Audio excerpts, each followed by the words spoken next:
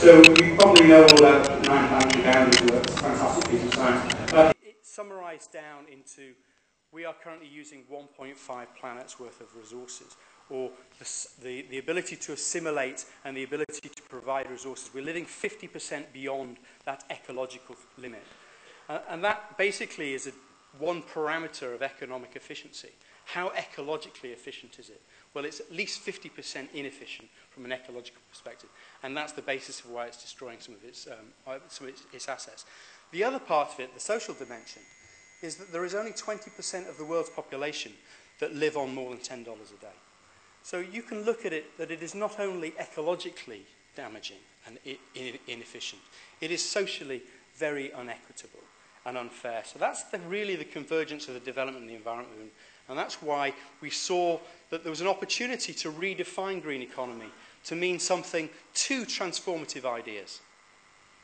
Number one, it looks after the natural world because it recognizes without that basic fundamental underpinning of natural systems, it doesn't have a nitrogen cycle, it doesn't have a healthy climate cycle, it doesn't have a water cycle, a phosphorus cycle. It doesn't have that basically chemical processes that maintain the stable conditions for life. Number one, looking after the natural world. That is what a green economy does. The second thing is it shares the benefits of economic progress more equitably.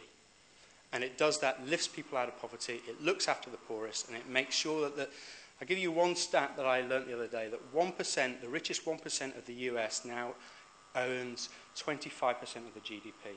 Now, I do not think that is a developed economy. I think that's a deeply inequitable and socially dysfunctional economy. And I think we should collectively start to redefine what developed economy means. It is an economy that shares the benefits and looks after the natural world. So those are the two transformative ideas that we saw in green economy. And we started to define 5 themes of change that we saw. First was investing in natural capital, really looking at the underpinning of our societies about the ecological health. Investing in people, investing in the capacity and resilience of our communities, their ability to engage in the economic debates, their skills, their resources. Really thinking about where most of the narrow argument is about greening economic sectors, so greening food, housing, transport and energy being the most impactful sectors and really creating transformation in those. And the fourth thing is about influencing financial flows, really making sure that we are starting to take money out of fossil fuel subsidies and putting it into other areas, redirecting finance, redirecting our taxation systems, really making sure that money flows from where it is supporting a brown economy into stimulating a green economy, looking at the role of state banks, looking at the role of the World Bank, and making sure they are creating the stimulation for the private sector investment to think more long-term and to invest in this green economy. The final piece was about improving measurement and governance. Really this idea of growth. There's part of me thinks we put ourselves on a hook just by saying we can't grow. Now, I also think that potentially you could redefine what growth means. If we think growth means social development, well-being, or it means environmental health, then there is potential for considerable growth in those areas. It just really defines how we achieve it, and that may well be economic growth in itself. So we really wanted to promote the idea of a better governance system and a better set of metrics, the well-being agenda. Okay, so having given you that framework, I just want to give you a very quick story that is outside this geographical area. In Chile, 2009, there was an unprecedented amount of rainfall that fell on the mountains. The mountains have been deforested, so the water flushes off into the fields. They flood every year nowadays, so the local farmers use very low-level nitrogen, lots and lots of it.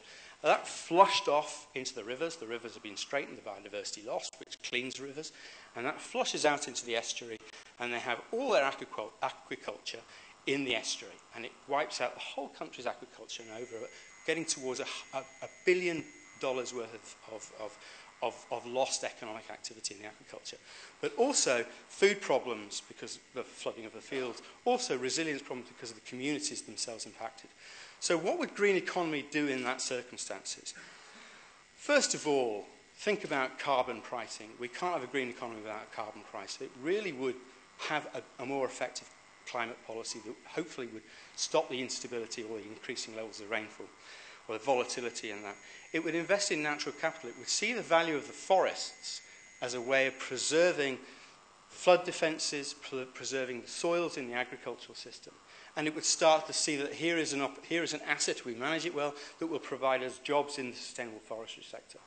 It would think about investing in people. It would think about the local farmers. How do they actually produce? Are they just going for big, massive fields full of nitrogen, or are we investing in better agricultural processes? What are the subsidies that we put into the agricultural sector?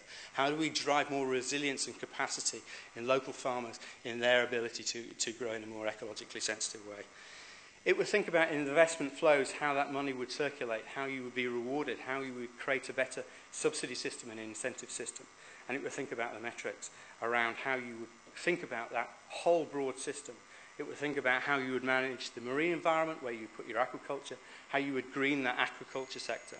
So you can see how a green economy framework that we've actually started to think about would start to feed through to actually create resilience, create more ecological sensitivity and investment, and also a better outcome for people and their jobs.